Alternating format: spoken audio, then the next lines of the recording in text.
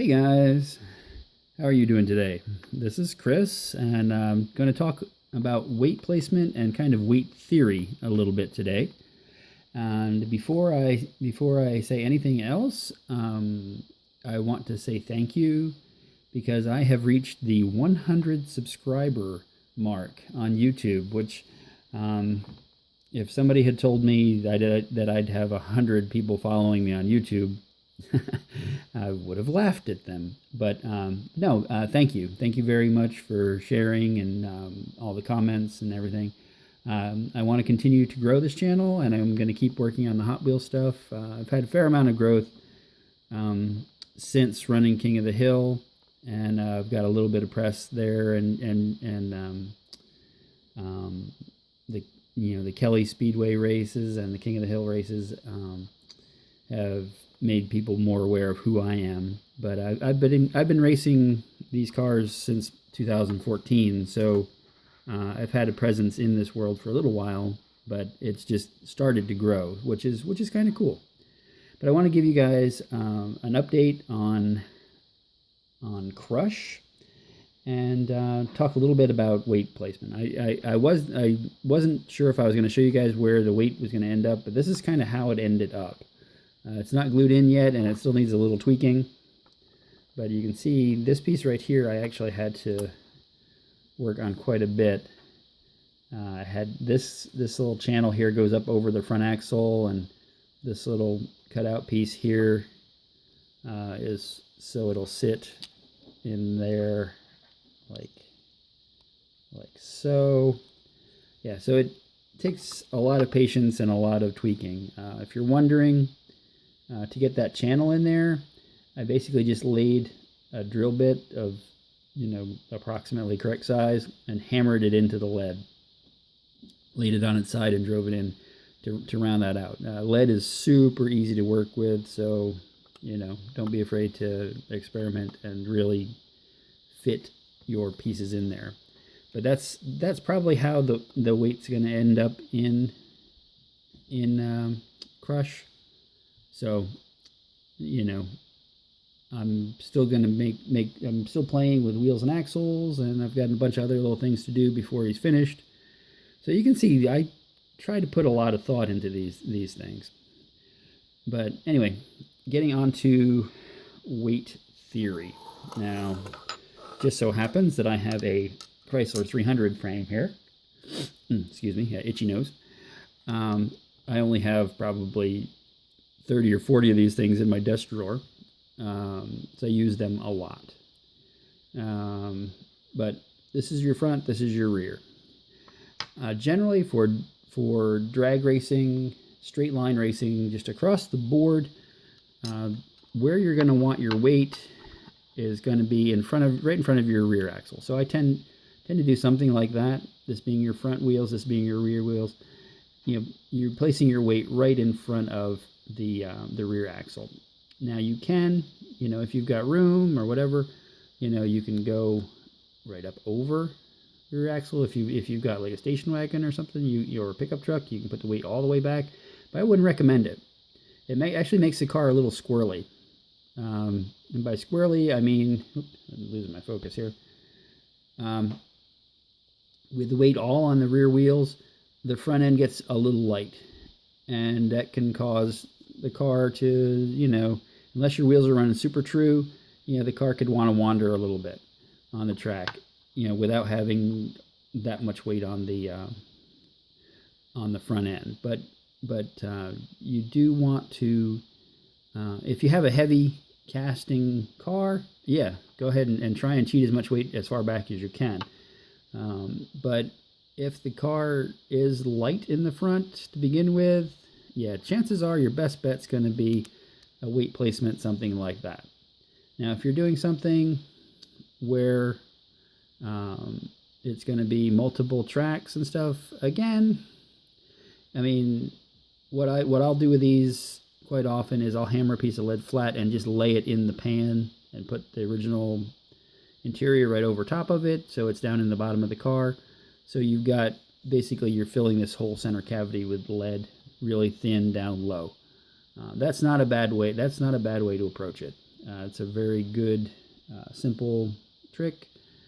It's not even really a trick. It's just keeping your center of mass low and centered, keeping the car very neutral. But if you're going for outmost speed, I believe Mark Rober, a guy who does a whole bunch of science videos and stuff, explained it way better than me. He talked about making a really fast Pinewood Derby car, and this is the placement that he recommends. With putting the lead right in front of the rear axle, and the reason why, you look at it from the side. You imagine the car going downhill like this, right? Now, gravity is acting on the car. It's forcing the car down, right? So as your car is going down the track, gravity is forcing it down. Now you want as much mass as you can, as back far as you can, because you want the force of gravity acting on your car, pushing it forward for as long as possible. If this lead was here, your car would get to the bottom of the hill, start to flatten out, and you'd have less. There would be less mass still on the hill, but you want the mass of your car on the hill for as long as possible, and you want gravity acting on it for as long as possible. That's why you want the weight back. That's the science behind it, if you will. There's a lot more to it than that, but in general, drag race style races, you want the lead in a position kind of like this, or like so, or if you have a pickup, you could go with something like this if it's allowed in the rules, or something like that. Also equally well, you want the weight back in a drag race, and it's not for traction. It's so that the force of gravity can act on it for as long as possible. Now, for open track racing, we've been getting into more and more of that with 3D Bot Maker's channel doing so well, and King of the Hill being such a big competition, and other races going on open tracks.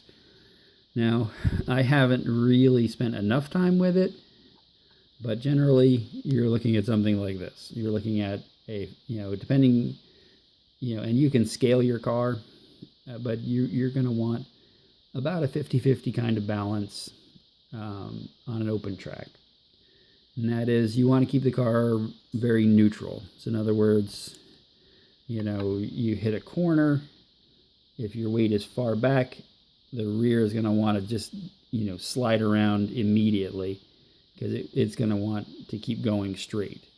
Likewise, if you have the weight too far forward, it hits the corner, you don't want it, for the same exact reason, the nose would dive and the car would tend to slide like that. So if you keep a neutral car, it's a very safe car. Now, I've been playing with weight bias a little bit more toward the front. I don't know what the secret sauce is. I don't know what the magic number is. And 50-50 is pretty darn good. If you can cheat it a little bit more than that, well, it might be okay.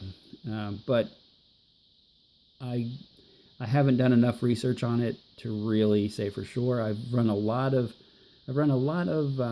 open track races in the past, just on my own tracks, and I used to run a series called Pony Wars on Redline Derby, and I've had pretty cool cars there that ran good with, again, just a neutral balance. You're going to want something like that, just because you want the car to be neutral. So if it loops around, you want it to be able, so if all of a sudden, whoop, your car gets looped around and is going backwards down the track, you want it to be going just as fast as if it's going forward. And if your car is set up 50-50, yeah, it's probably going to go just as fast backwards as forward. So these are kind of the things you want to think about.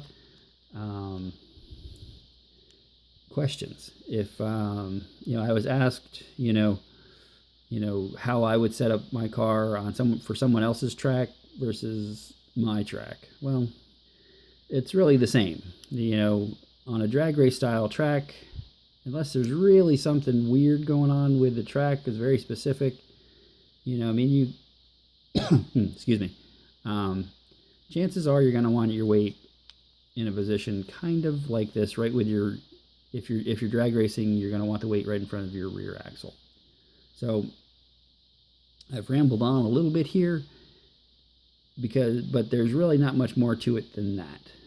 If you have a specific question on weight placement, then please feel free to comment, and I will respond to you. But a good, safe weight placement is putting your weight right in front of your rear axle, something like this. Now, you know, that's no guarantee, because there's 100 other factors that go into racing. This is a good place to start. Conduct your own experiments. I did experiments where I had weight all the way back like this, and I had a really hard transition on the track, and the car would actually get really loose when it hit the transition and flattened out, and was actually very unstable. So that's why I tend to like the weight right about there. So please again ask questions. Feel free to ask questions. Share, like, and subscribe. And yeah, just experiment really is the big thing. Just don't be afraid to you know, if you have your own track, try different stuff out. You know, have your car so you can take, you know, so it's screwed together so you can change the weight setup, and then see what works best. But yeah, that's about it for my weight theory. Like I said, you can look up, I believe, Mark Rober, it's like building a fast Pinewood Derby car, and he explains it probably way better than I can. But what it comes down to is you want a placement kind of like that, and yeah. Again, thank you so much for the 100 subscribers. I think that's pretty awesome. I hope I can continue to provide the content that you guys like and keep building these cool little cars. And yeah, that's about it for now. I'll probably be starting another car here in a little bit. But for right now, this is Chris, and I will see you in lane 2.